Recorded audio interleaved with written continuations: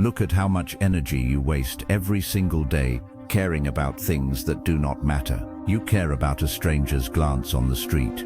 You care about an unread message on your phone. You care about the sarcastic tone your coworker used in a meeting. You care about whether people think you are smart, successful, attractive, or important. You lay awake at night. You stare into the dark. Your mind runs in circles. You replay old conversations. You worry about hypothetical disasters that may never happen. You obsess over how people perceived you. You are exhausted. You are emotionally drained. Here is the cold, liberating truth.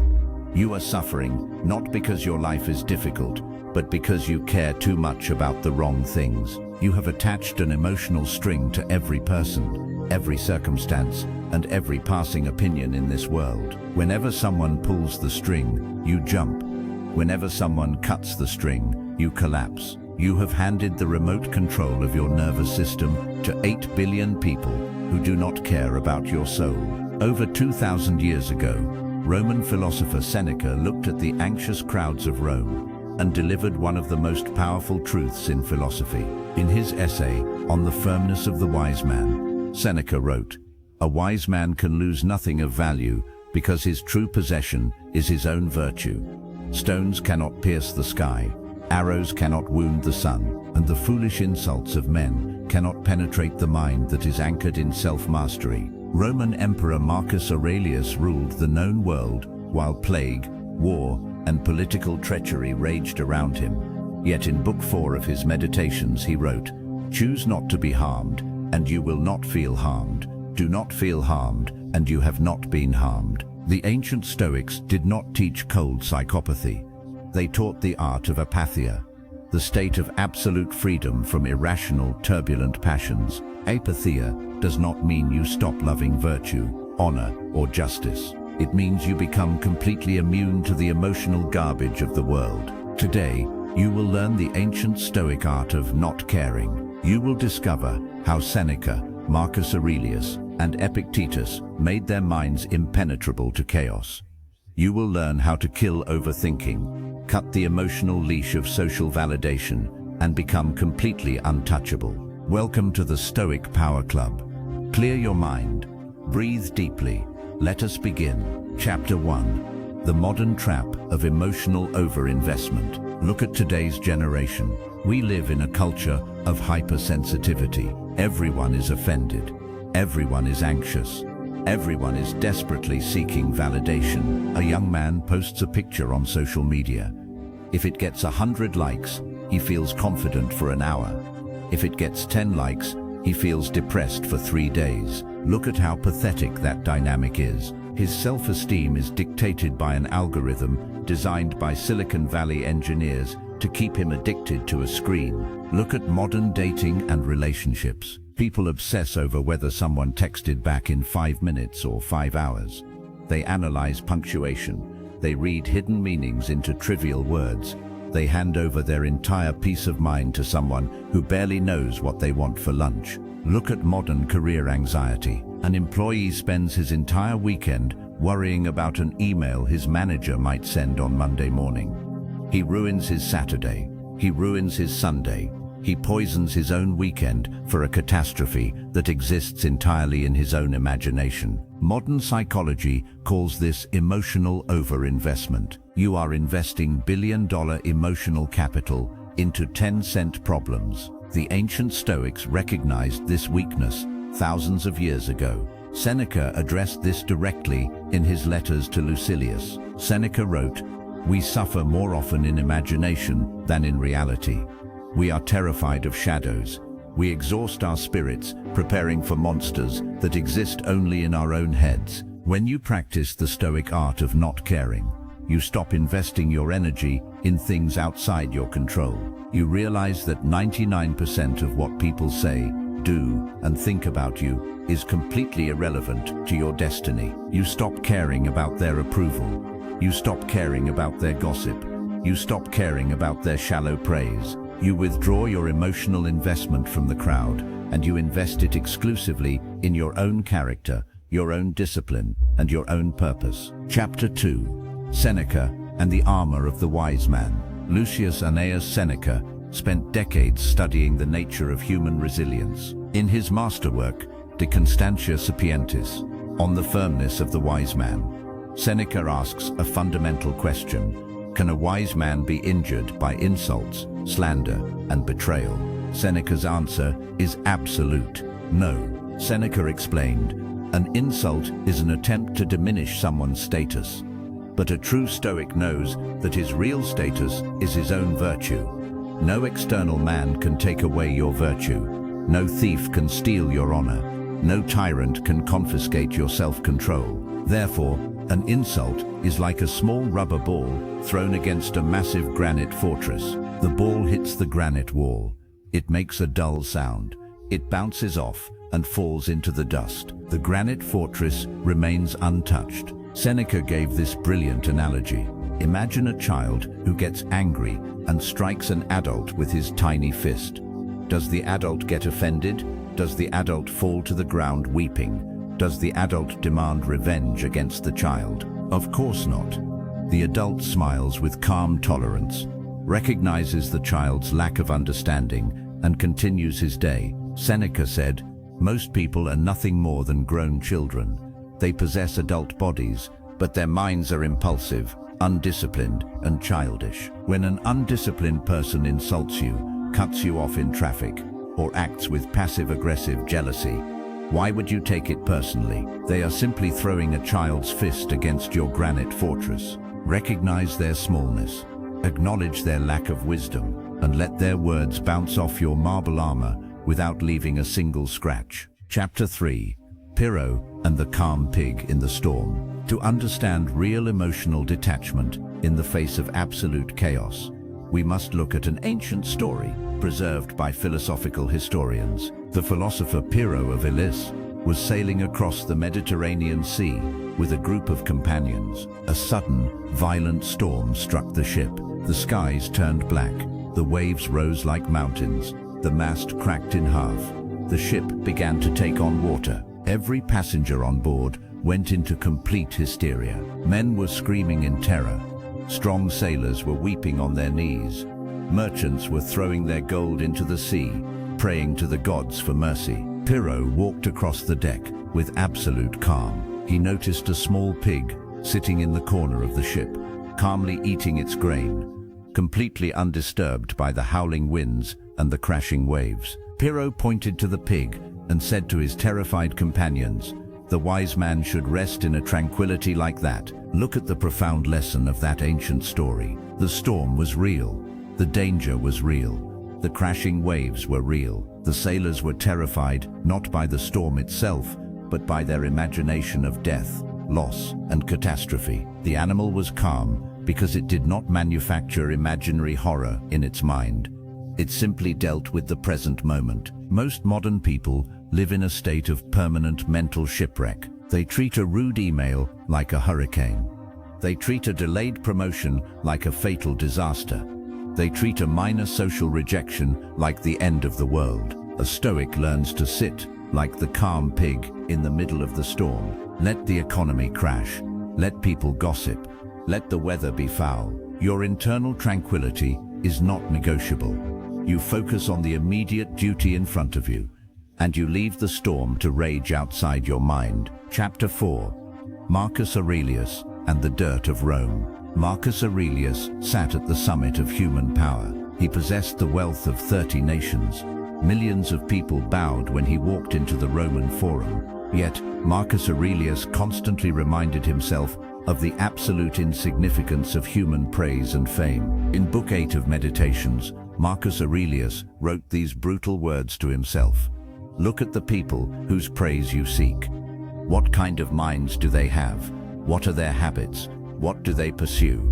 When you see their pettiness, you will stop tormenting yourself to win their admiration. Marcus Aurelius gave himself a radical perspective exercise. He looked at purple imperial robes, dyed with the blood of shellfish, and said, this is nothing more than sheep's wool soaked in the juices of a dead clam. He looked at expensive Falernian wine and said, this is nothing more than fermented grape juice. He looked at royal banquets and said, "This is nothing more than a dead bird and a dead fish sitting on a silver plate." He looked at public praise and said, "This is nothing more than the clatter of human tongues." Look at the psychological power of Marcus Aurelius's exercise. He stripped away the artificial prestige and glamour that society uses to control people. When you strip away the illusion, what is a negative comment online?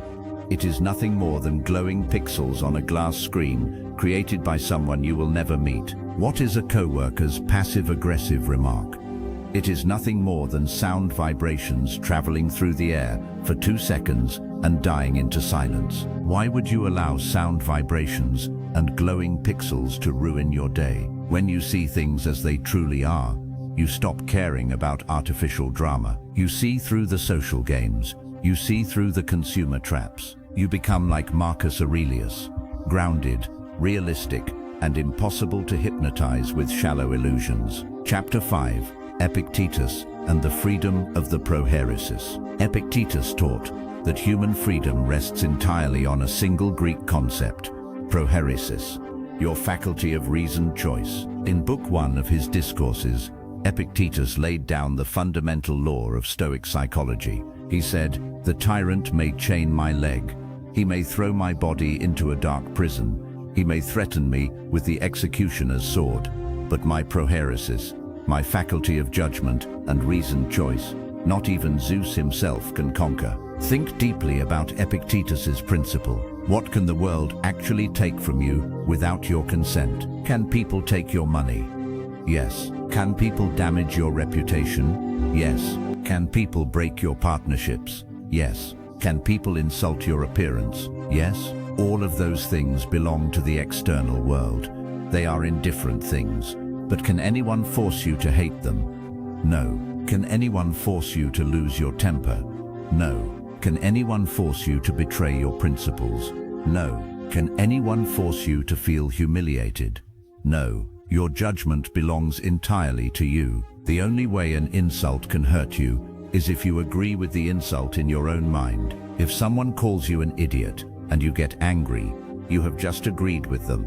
You have validated their opinion. If someone calls you an idiot and you look at them with calm indifference, their word is nothing more than empty noise. Epictetus gave this immortal rule: when someone provokes you, remember that it is your own mind that has provoked you. The other person provided the trigger, but you pulled the hammer. Stop pulling the hammer against yourself. Keep your prohairesis clean, sovereign, and untouchable. Chapter 6. How to handle workplace panic and chaotic co-workers. Let us bring this ancient philosophy into your modern career and business landscape. In modern offices, digital startups, and corporate teams, people live in a state of manufactured panic. Managers send emails marked urgent with 5 exclamation points. Colleagues run around the office like chickens with their heads cut off. Deadlines are treated like life or death emergencies. How does a Stoic navigate this chaos without absorbing the stress? Follow the protocol of the calm anchor. Step 1. Separate reality from drama. When a crisis occurs, immediately strip away the emotional narrative. Do not ask, "Why is this happening to us? Who is to blame?" Ask, "What are the objective facts of this situation right now?" Step 2. Refuse to mirror their panic. Human beings are wired with mirror neurons.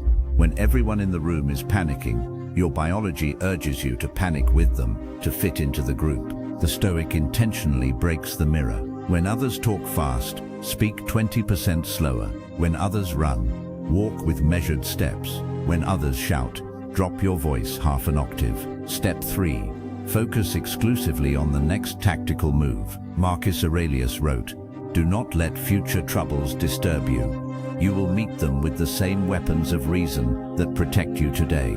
Ask yourself, what is the single most effective action I can take in the next 15 minutes to solve this problem? Execute that single action.